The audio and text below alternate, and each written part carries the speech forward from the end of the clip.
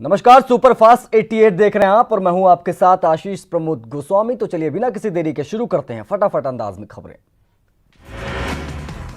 Delhi NCR में बढ़ रहे प्रदूषण को लेकर सरकार चिंतित है। आज लोकसभा में फिर से प्रदूषण का मुद्दा गूंजेगा। इस पर सदन में प्रकाश जावड़ेकर जवाब दे सकते हैं। शीतकालीन सत्र के तीसरे दिन भी लोकसभा में हंगामा हुआ। स्पीकर के बेल में न आने की हिदायत पर कांग्रेस के सदस्य नाराज हो गए। लोकसभा को 12 बजे तक के लिए स्थगित करना पड़ा। वहीं दोनों सदन में इलेक्टोरल बॉन्ड के मुद्दे पर भी हंगामा हुआ। कांग्रेस सांसद मनीष तिवारी ने शून्यकाल में इलेक्टोरल बॉन्ड का मुद्दा उठाते हुए सरकार पर निशाना साधा तो राज्यसभा में भी इस मुद्दे पर हंगामा हुआ।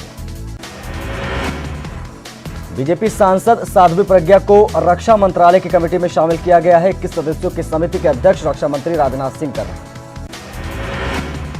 प्रज्ञा ठाकुर को रक्षा मंत्रालय की कमेटी का सदस्य बनाने पर कांग्रेस ने करारा वार किया है। कांग्रेस प्रवक्ता रणदीप सुरजेवाला ने सवाल उठाया। उन्होंने कहा है, पीएम से पूछा है उन्होंने दरअसल कि जिसके खिलाफ केस चल रहा है उसे रक्षा समिति में जगह देना देश के जवानों का अपमान है। सांसद साध्वी प्रज्ञा ठाकुर को रक्षा मंत्रालय की संसदीय समिति में रखे जाने पर हरीश रावत ने आपत्ति जताई है। हरीश रावत ने कहा कि ऐसे लोगों को अहम पदों से दूर रखना चाहिए। एनआरसी पर शाह के बयान के बाद अब बिहार ने भी साफ किया है कि यहां एनआरसी लागू नहीं होगा। जेडीयू उपाध्यक्ष प्रशांत किशोर ने ट्वीट करके इस पर हमला बोला। इससे पहले पश्चिम बंगाल ने विरोध किया हुआ था और असम सरकार ने भी एनआरसी रद्द करने की अपील की थी। पीएम नरेंद्र मोदी ने दिल्ली में transforming audit and insurance in a digital world सम्मेलन को संबोधित किया। संबोधन से पहले पीएम महात्मा गांधी की एक प्रतिमा का अनावरण करने पहुंचे। झारखंड में चुनावी शंखनाद करते हुए बीजेपी अध्यक्ष अमित शाह ने राम मंदिर के बहाने कांग्रेस पर जमकर निशाना साधा। झारखंड के लातेहार में शाह ने कहा कि कांग्रेस ने वोट बैंक के लिए राम मंदिर के मुद्दे को लटका के रखा, लेकिन अब भव्य राम मंदिर बनेगा। झारखंड विधानसभा चुनाव का प्रचार गृह मंत्री अमित शाह ने शुरू कर दिया। लातेहार जिला के मनिका में शाह ने चुनावी सभा को संबोधित करते हुए कांग्रेस पर जमकर हमला बोला। 30 नवंबर से झारखंड में मतदान शुरू होगा। चुनाव 5 चरणों में होना है। वंचित बहुजन अघाड़ी के नेता प्रकाश आंबेडकर का बड़ा बयान सामने आया है। आंबेडकर ने कहा है कि केंद्र सरकार कश्मीरी मॉडल पर महाराष्ट्र को बंटवारा करना चाहती है। मुंबई को केंद्र शासित प्रदेश का दर्जा देने के साथ ही विदर्भ और शेष महाराष्ट्र को राज्य का दर्जा देने की साजिश हो रही है, जिसका विरोध किया जा रहा है। बिहार के पूर्व मुख्यमंत्री और आरजेडी के मुखिया लालू प्रसाद यादव की जमानत याचिका पर आज सुनवाई होगी। सीबीआई ने अपना जवाब कोर्ट में दायर कर जमानत का कड़ा विरोध किया है। कांग्रेस महासचिव प्रियंका गांधी ने देश में मंदी के माहौल के लिए पीएम मोदी की आर्थिक नीति को जिम्मेदार माना है। दिल्ली में प्रियंका ने कहा कि देश में बेरोजगारी बढ़ रही है। सरकार के पास युवाओं को रोजगार देने का कोई फॉर्मूला नहीं है। बीएचयू में संस्कृत पढ़ाने के लिए एक मुस्लिम प्रोफेसर फिरोज खान की नियुक्ति को बीएचयू प्रशासन ने सही ठहराया है। फिरोज खान की नियुक्ति विरोध के साथ ही अब समर्थन में भी छात्र को एक गुट सामने आ गया है। प्रोफेसर फिरोज खान के समर्थन में बीएचयू के चांसलर गिरधर मालवीय भी उतर आए हैं। उन्होंने कहा है कि मालवीय अगर जिंदा होते तो फिरोज खान की नियुक्ति का समर्थन करते। प्रयागराज में अखाड़ा परिषद के अध्यक्ष महंत नरेंद्र गिरी ने बीएचयू के छात्रों से अपील की है। उन्होंने कहा है कि प्रदर्शन को वापस लेकर फिरोज खान के साथ कदम से कदम मिलाएं। बीएचयू में प्रोफेसर फिरोज खान की नियुक्ति का विरोध कर रहे धरना आज खत्म हो सकता है उनका। कल बीएचयू प्रशासन ने प्रदर्शनकारी छात्रों से मुलाकात की थी। विश्वविद्यालय प्रशासन ने मामले को सुलझाने के लिए 10 दिन का वक्त मांगा है। जेएनयू में चल रहे प्रदर्शन को लेकर आगरा में एनएसयूआई ने प्रदर्शन कर समर्थन जताया है। छात्रों ने जेएनयू में बढ़ी हुई फीस वापस लेने की मांग की। व्यापम घोटाले के एक मामले में सीबीआई के स्पेशल कोर्ट ने 31 आरोपियों को दोषी करार दिया है, जिस पर अदालत 25 नवंबर को सजा सुनाई। दिल्ली में फीस बढ़ोतरी को लेकर फिर छात्र सड़क पर उतरा है। इस विरोध प्रदर्शन में जेएनयू के साथ ही दिल्ली विश्वविद्यालय के छात्र भी मौजूद थे। प्रदर्शनकारी छात्रों की मांग है कि बगैर किसी देरी के सरकार फीस बढ़ोतरी का आदेश वापस ले। दिल्ली की हवा साफ करने के लिए केंद्र सरकार बड़ी पहल करने जा रही है। राज्यसभा में पर्यावरण मंत्री प्रकाश जावड़ेकर ने पराली जलाने से रोकने के लिए विशेष मदद का ऐलान किया है। केंद्र सरकार पंजाब और हरियाणा समेत पराली जलाने वाले राज्यों को 11,000 करोड़ रुपए की मदद के साथ पराली जलाने वाली 50,000 की मशीनें देंगी। कांग्रेस नेता संजय निरुपम ने महाराष्ट्र में संभावित कांग्रेस, एनसीपी और शिवसेना सरकार के भविष्य पर प्रश्न चिन्ह लगा दिया है। निरुपम ने कहा कि अगर ये सरकार बन भी गई तो कुछ महीने ही चलेगी और ये कदम कांग्रेस को और कमजोर करेगा। जम्मू कश्मीर में समय से पहले हुई भीषण बर्फबारी के बाद सड़कों पर बुरा असर पड़ा है। हालांकि इसे खोलने के लिए युद्ध स्तर पर प्रयास किए जा रहे हैं, लेकिन अभी तक सैलानियों के लिए सड़क खोलने में थोड़ा वक्त लगेगा। अमेरिका के राज्य कैलिफोर्निया में जल्द ही एक योग विश्वविद्यालय स्थापित किया जाएगा। इसे प्राचीन भारतीय अभ्यास में अनुसंधान के साथ ही योग शिक्षा प्रदान करने के लिए स्थापित किया जाएगा। अंतर्राष्ट्रीय योग दिवस के विश्वव्यापी उत्सव के कारण पिछले कुछ वर्षों में यहाँ ये प्राचीन प्रथा काफी लोकप्रिय भी हो गई है।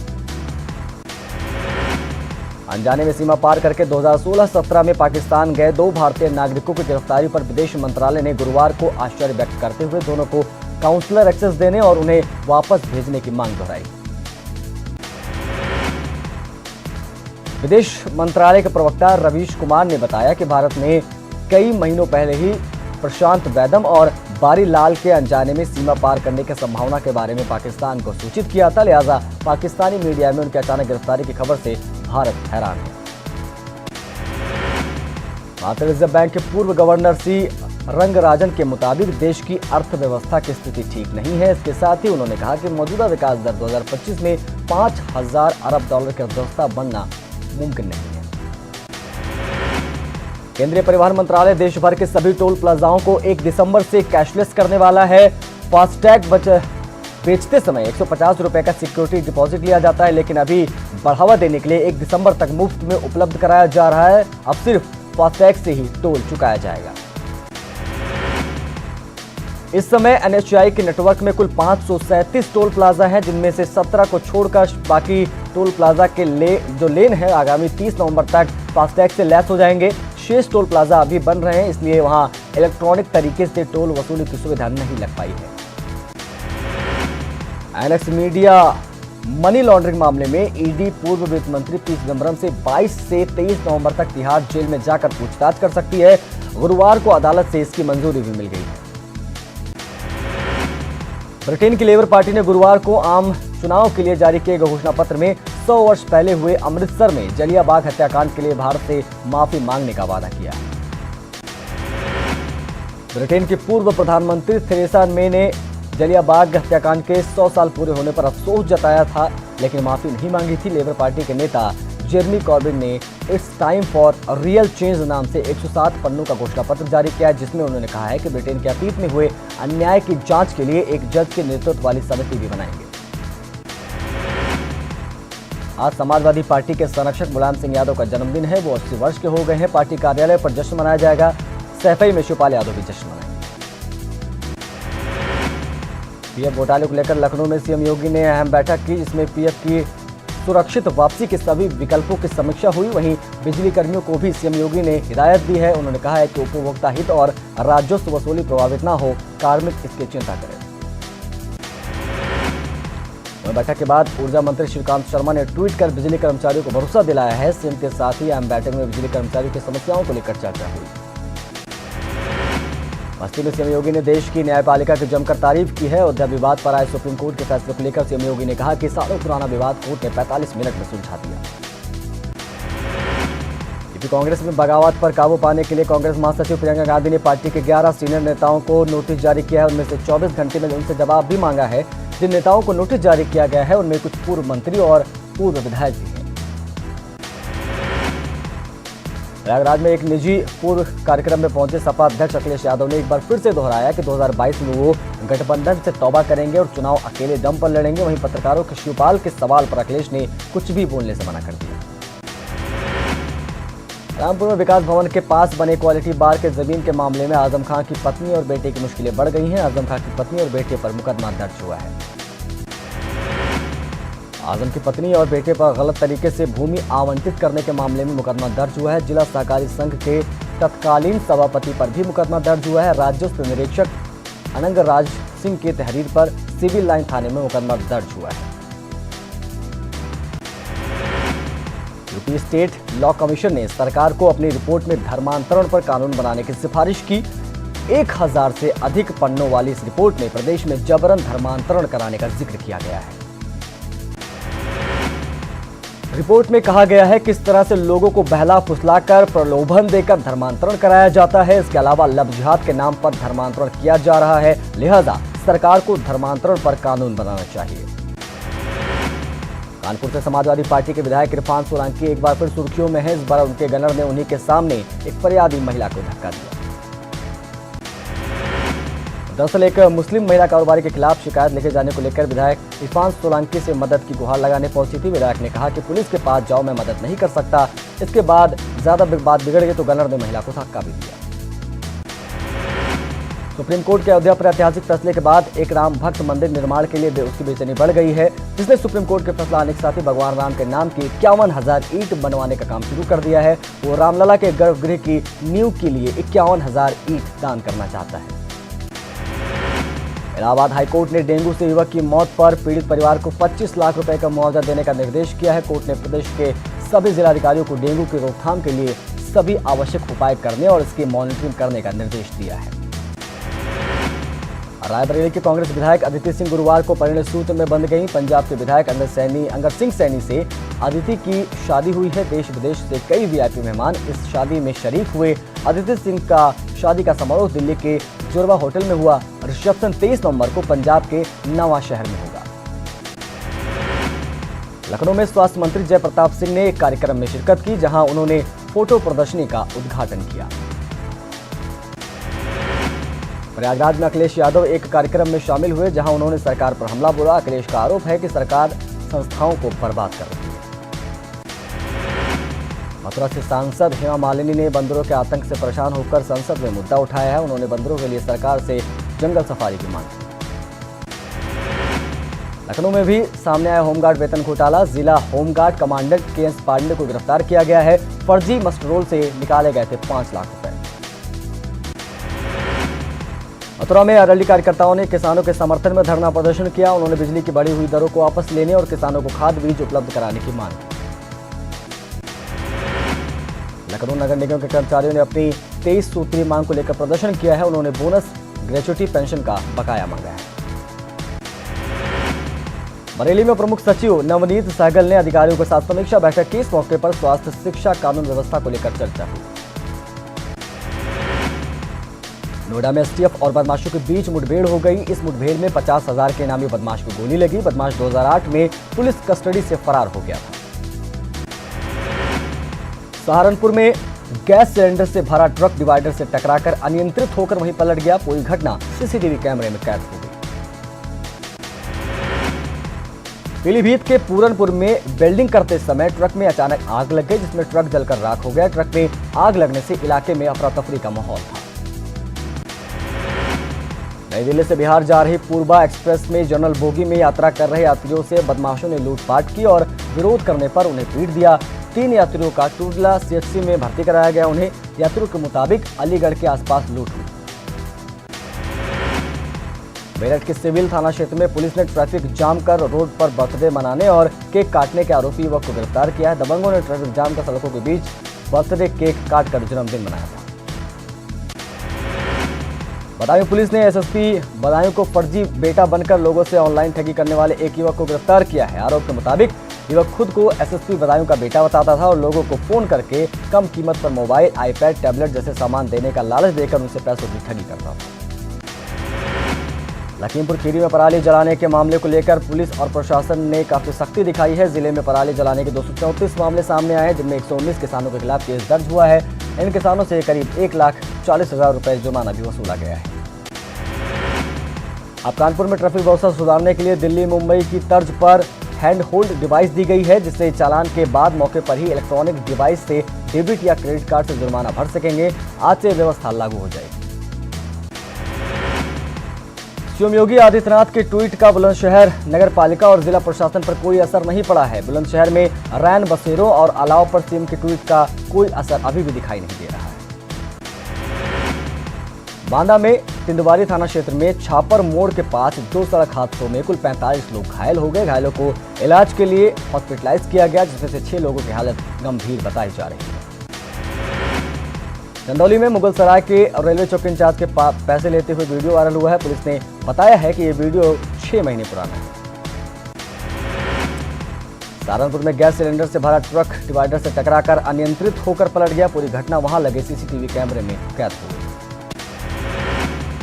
शामली में पराली के स्टॉक में भयंकर आग लगी। 12 घंटे की मशक्कत के बाद आग पर काबू पाया गया। ग्रामीणों का भारी नुकसान हुआ इस दौरान। उधर रायबरेली में शॉर्ट सर्किट से स्कूल बस में आग लग गई। बच्चे जो थे वो बाल बाल बच गए। न्यू सरस्वती ज्ञान मंदिर की यह बस बताई जा रही है। फिरोजाबाद में एक महिला ने खुद को आग के हवाले कर दिया। पति ने पत्नी को बचाने की कोशिश की। गंभीर रूप से दोनों घायल हो गए, अस्पताल में भर्ती। ललितपुर में बच्चों को पढ़ाते वक्त शिक्षिका की दबंगों ने पिटाई कर दी। पुलिस ने 4 लोगों के खिलाफ केस दर्ज किया है। हमीरपुर में होमवर्क पूरा न करने पर शिक्षक ने छात्र को बुरी तरह छड़ी से पीट दिया। परिजनों ने इसकी शिकायत एसडीएम से की है। अयोध्या में एक पत्नी ने पति पर दुष्कर्म करने के बाद मारपीट का आरोप लगाया है। पत्नी ने पति के खिलाफ मुकदमा दर्ज कराया है। रुड़की नगर निगम के लिए आज वोटिंग जारी है। 40 वार्डों में 1,40,538 मतदाता अपने मताधिकार का प्रयोग करेंगे। वहीं वोटिंग के लिए 53 मतदान स्थल बनाए गए हैं। साथ ही 149 पोलिंग बूथ और 20 अति संवेदनशील केंद्र बनाए गए हैं। उत्तराखंड में एनआरसी को सीएम त्रिवेंद्र रावत ने बेहद जरूरी बताया। केंद्र सरकार की पहल का उन्होंने स्वागत किया और कहा है कि घुसपैठिए प्रदेश से बाहर होंगे। आयुर्वेद कॉलेजों पर छात्रों की बड़ी जीत हुई है। सीएम से मुलाकात के बाद मामला सुलझ गया। कॉलेज को मानना होगा हाईकोर्ट का आदेश। छात्रों को जल्द मिलेगी फीस। गैरसैंण में शीतकालीन सत्र को लेकर सीएम त्रिवेंद्र सिंह रावत का बड़ा बयान सामने आया है। उन्होंने कहा है कि सर्दियों में गैरसैंण में दिक्कतें होती हैं। पिछला सत्र का अनुभव अच्छा नहीं रहा। गैरसैंण में विधानसभा सत्र को लेकर मचा सियासी गदर। विधानसभा अध्यक्ष बोले हम तैयार। कुछ विधायकों को गैरसैंण से परेशान। देहरादून आरटीओ ऑफिस में घूसखोरी पर मुहर लग गई है। विजिलेंस की टीम ने छापेमारी की, जिसके बाद आरटीओ के मुख्य सहायक समेत 3 लोग रिश्वत लेते रंगे हाथ धरे गए। रामनगर में कॉर्बेट के डायरेक्टर ऑफिस के पास एक विशालकाय अजगर निकल आया। इस अजगर को देखकर वहां लोगों में दहशत फैल गई। इसकी सूचना तुरंत सांपों के जानकार चंद्रसेन कश्यप को दी गई, जिसके बाद इन लोगों ने घंटों मशक्कत के बाद अजगर को काबू किया। हरिद्वार में प्लास्टिक के वेस्ट मटेरियल में लगी भीषण आग। मौके पर अफरा-तफरी की माहौल। कबाड़ के गोदाम स्वामी पर लगाया आरोप। नैनीताल जिले से पिछले 24 घंटे के भीतर 10 से 12 साल की 2 बच्चियां गायब हो गई। एसएसपी ने दोनों बच्चों की खोज के लिए टीम गठित कर दी। नशे के खिलाफ युवा पीढ़ी को जागरूक करने के लिए टिहरी के सुशील बहुगुणा ने बीड़ा उठाया है। इसकी शुरुआत उन्होंने शादियों में कॉकटेल पार्टी में शराब परोसने की परंपरा को खत्म करने के लिए शराब नहीं संस्कार का नारा देते हुए ये पहल की। प्रदूषण रोकने के लिए प्रदेश में 1 अप्रैल 2020 के बाद से यूरो 4 ईंधन की गाड़ियों के परमिट बैन है, मगर इसके बावजूद अभी भी यूरो 4 की गाड़ियों का परमिट लगातार जारी हो रहे हैं। भारत और बांग्लादेश के बीच ऐतिहासिक पिंक बॉल टेस्ट कोलकाता में आज खेला जाएगा। ईडन गार्डन में होने वाले इस मैच में विराट सेना की नजर सीरीज में क्लीन स्वीप करने पर होगी। इंदौर में धमाकेदार जीत के बाद टीम इंडिया कोलकाता के फैंस को ऐतिहासिक टेस्ट में जीत का तोहफा जरूर देना चाहिए। कोलकाता में होने वाले ऐतिहासिक पिंक बॉल टेस्ट को विराट कोहली ने चैलेंजिंग बताया है। पिंक बॉल से पहली बार टेस्ट खेलने वाले कोहली ने कहा कि अगर आप गुलाबी गेंद से पहली बार खेलते हैं तो ये रोमांचक जरूर होता है। भारत के पहले ऐतिहासिक डे नाइट टेस्ट मैच में विराट कोहली टीम इंडिया की कप्तानी करने वाले भारत के पहले कप्तान बन जाएंगे। इस मैच में 32 रन बनाते ही वो बतौर टेस्ट कप्तान अपने 5000 रन पूरे करने वाले भारत और एशिया के पहले कप्तान भी बनेंगे। कोलकाता में होने वाले पिंक बॉल टेस्ट से पहले पूर्व भारतीय ओपनर गौतम गंभीर ने दोनों टीमों की कीमती सलाह दी है। उन्होंने बताया है कि भारत और बांग्लादेश के कप्तान को तेज गेंदबाजों के इस्तेमाल को लेकर काफी सावधानी बरतनी होगी। भारत और वेस्टइंडीज के बीच मुंबई में होने वाले पहले T20 मैच पर सस्पेंस बना हुआ है। मैच के लिए मुंबई पुलिस ने सुरक्षा देने से साफ इनकार कर दिया। 6 दिसंबर को होने वाले मैच के दिन बाबा साहब अंबेडकर की पुण्यतिथि भी है।